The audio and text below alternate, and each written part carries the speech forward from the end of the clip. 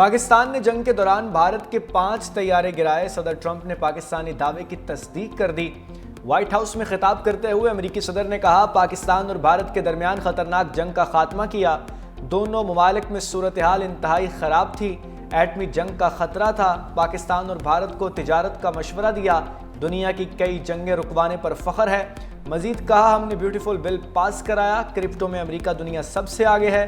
امریکہ کو دنیا بھر کے لیے کرپٹو کرنسی کا مرکز بنائیں گے۔ کانگریس رہنما راہل گاندھی کا بھی امریکی صدر کے بیان پر رد عمل۔ وزیر اعظم مودی سے سوال کر لیا۔ بولے، مودی جی، 5 طیارے تباہ ہونے کی حقیقت کیا ہے؟ قوم سچ جاننا چاہتی ہے۔ بھارت کے خلاف تاریخی کامیابی کے بعد معرکہ حق پر ISPR کی مفصل ڈاکیومنٹری جاری۔ بھارت کے پہلگام فالس فلیگ آپریشن سے آپریشن سندور کی شرمناک ناکامی اور آپریشن بنیاد المرصوص میں پاکستان کی مسلح افواج کی شاندار کامیابی تک تمام واقعات ترتیب اور ثبوتوں کے ساتھ پیش کیے گئے۔ ڈاکیومنٹری میں بین الاقوامی میڈیا کے بھارتی فضائیہ کے گرائے گئے طیاروں کا ملبہ بھی دکھایا گیا۔ DG ISPR کی طرف سے پہلگام فالس فلیگ آپریشن سے متعلق متعدد حقائق بھی شامل۔ وزیر اعظم شہباز شریف کی پہلگام واقعہ آپریشن کی غیر جانبدارانہ تحقیقات کی پیشکش بھی اجاگر کی گئی۔ بھارت کی جانب سے معصوم لوگوں کو نشانہ بنانے اور مساجد کو نقصان پہنچانے کے شواہد بھی ڈاکیومنٹری میں شامل۔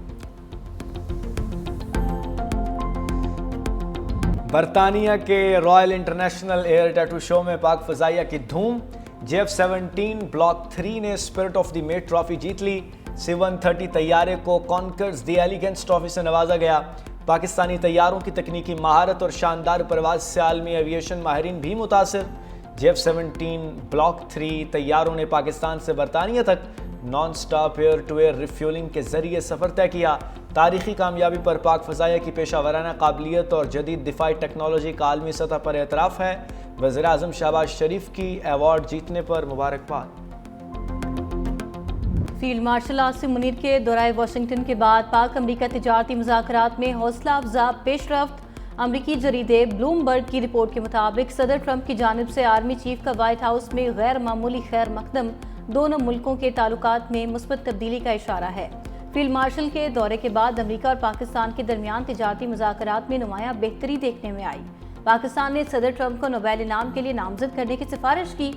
ٹرمپ خاندان کی کمپنی ورلڈ لبرٹی فائنینشل کے ساتھ مفاہمتی یادداشت پر دستخط بھی کیے۔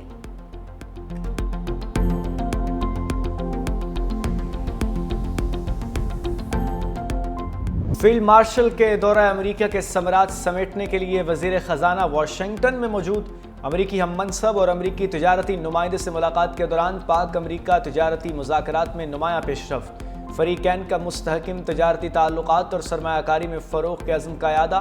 محمد اورنگزیب نے میڈیا سے گفتگو میں کہا، منرل اینڈ مائننگ، مصنوعی ذہانت، کرپٹو، ڈیجیٹل انفراسٹرکچر کے شعبوں میں سرمایہ کاری ہوگی۔ تجارت سے شروع کر کے سرمایہ کاری کی طرف جائیں گے۔ یہ حقیقی گیم چینجر قدم ہوگا۔ آنے والے دنوں میں لیڈرشپ اہم اعلانات کرے گی۔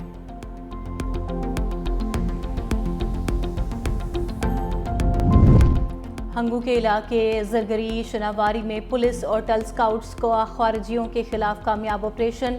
پولیس اور سیکیورٹی فورسز نے خفیہ اطلاع پر کارروائی کے دوران 9 خارجیوں کو جہنم واصل کیا۔ 8 زخمی ہوئے۔ 2 پولیس اور 2 FC گاڑیوں کو نشانہ بنایا گیا۔ آپریشن کے دوران DPO SHO دوآبا، BDC انچارج اور ایک FC اہلکار زخمی۔ وزیر داخلہ محسن نقوی کا زخمی DPO محمد خالد سے ٹیلی فونک رابطہ، خیریت دریافت کی۔ فتنہ ہندوستان کے دہشت گردوں کو عبرتناک انجام تک پہنچانے پر DPO ہنگو اور ٹیم کو خراج تحسین۔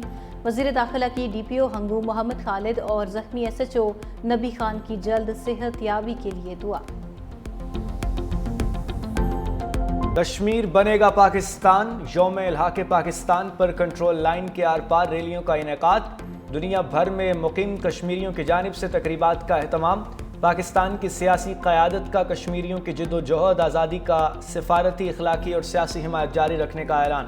صدر مملکت آصف علی زرداری نے اپنے پیغام میں کہا، یوم الحاق پاکستان کشمیری عوام کی پاکستان سے فطری اور دائمی رشتے کی روشن علامت ہے۔ کامل یقین ہے کشمیری عوام کی جد و جہد رائے گاہ نہیں جائے گی۔ وزیر اعظم شہباز شریف نے کہا، 10 لاکھ بھارتی فوج کی درندگی کشمیریوں کے عزم کو توڑنے میں ناکام رہی۔ وقت گزرنے کے ساتھ کشمیریوں کے جذبہ آزادی میں اضافہ ہو رہا ہے۔ کشمیری حریت رہنما یاسین ملک کی اہلیہ نے ویڈیو پیغام میں کہا، اللہ کرے جلد از جلد کشمیریوں کی آزادی کا سورج طلوع ہو۔ تحریک انصاف کا ناراض امیدواروں کے دستبردار نہ ہونے کی صورت میں اپوزیشن سے مل کر مقابلہ کرنے کا فیصلہ۔ ذرائع کے مطابق اپوزیشن سے مل کر مقابلے کی صورت میں حکومت اور اپوزیشن کے درمیان 6-5 سیٹوں کا معاہدہ ختم ہو جائے گا۔ ذرائع کا کہنا ہے کہ ناراض امیدواران کو اتوار سے پہلے کاغذات نامزدگی واپس لینے کی ہدایت۔ اگر پی ٹی آئی کے ناراض امیدوار دستبردار نہ ہوئے تو ان کے خلاف کارروائی کا امکان ہے۔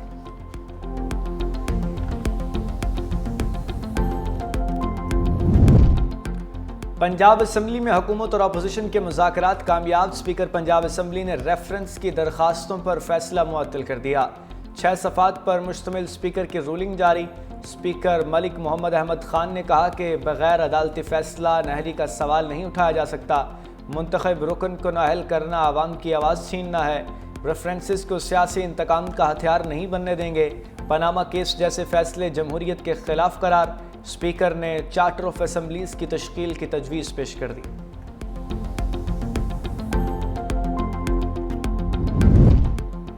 مری سیاسی سرگرمیوں کا مرکز بن گیا۔ شریف فیملی کی مری میں بڑی بیٹھک، اہم فیصلے متوقع۔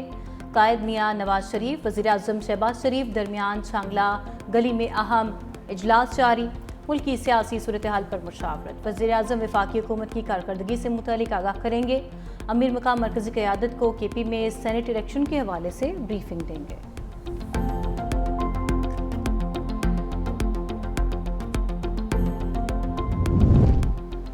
جہلم اور چکوال میں سیلابی ریلوں انفراسٹرکچر تباہ۔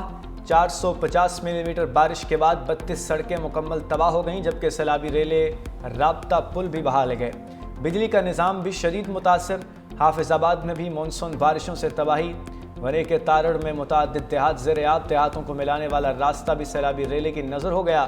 منڈی بہاؤالدین کے نشیبی علاقوں میں بارشی پانی تاحال موجود، گورنمنٹ گریجویٹ کالج سے پانی نہ نکالا جا سکا۔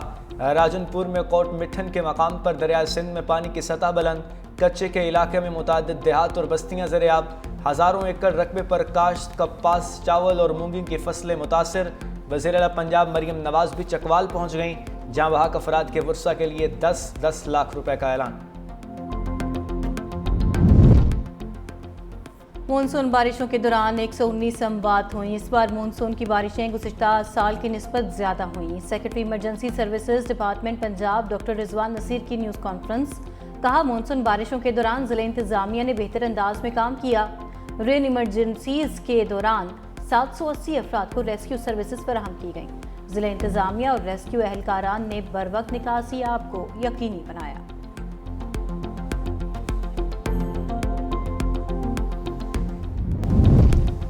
محکمہ موسمیات کی مونسون کا تیسرا سپیل شروع ہونے کی پیشگوئی۔ سندھ حکومت کی تیاریاں مکمل۔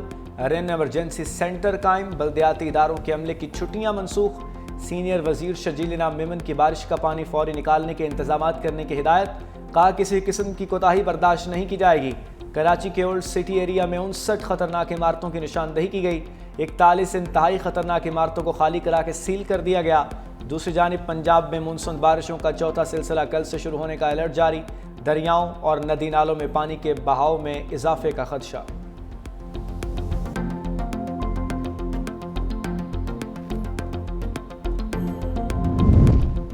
نائب وزیر اعظم اور وزیر خارجہ اسحاق ڈار کا آذربائیجان کے وزیر خارجہ سے ٹیلی فونک رابطہ۔ دو طرفہ تعاون اور باہمی دلچسپی کے امور پر تبادلہ خیال۔ دوسری طرف پاکستان اور آذربائیجان کے درمیان ریل اور تجارتی رابطوں کی مضبوطی اور فروغ کے لیے اعلیٰ سطح کا اجلاس۔ تجارتی ریل رابطے مضبوط بنانے کے لیے ورکنگ گروپس کی تشکیل پر اتفاق کیا گیا۔